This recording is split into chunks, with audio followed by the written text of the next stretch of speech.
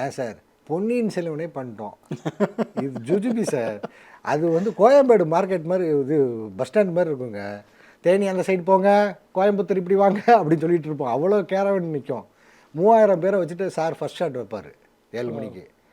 அதை பண்ணிட்டோம், இது ஓகே சார், இது ஒன்றுமே இல்லை சார் அப்படிம்பாங்க. அந்த கைண்ட் ஆஃப் ஒரு ட்ரைனிங் இருக்குல்ல ஒரு ஃபிலிம் மேக்கிங்கில், அது நம்ம கண்டிப்பாக கற்றுக்கணும். அண்ட் லக்கிலி சிவா சார்கிட்ட பேசிகிட்டு இருக்கும்போது, அவர் ப்ரொடியூசர் சிவானந்த் சார், அவர்கிட்ட பேசிகிட்டு இருக்கும்போது அவர் சொன்னார், ஆமாம் நான் சொன்னேன் இந்த மாதிரி பிஹைண்ட் த சீன் கிடையாது, த logistic behind making Ponniyin Selvan. எப்படி பிளான் பண்ணோம், ஒரு டிபார்ட்மெண்ட்டோட எப்படி பேசணும், எப்படி கோஆர்டினேட் பண்ணோம், இவ்வளோ பேரை எப்படி ஆர்கனைஸ் பண்ணோம், இப்போவும் அந்த கொரோனா டைமில் எப்படி பண்ண முடிஞ்சுது. இவ்வளோ பெரிய மேசிவ் ப்ராஜெக்ட் மணிசாரால் மட்டும்தான் முடியும். 148 days தான் பண்ணியிருக்காங்க. அரவுண்ட் 7 hours ஷூட் பண்ணியிருக்காங்க. That's unimaginable.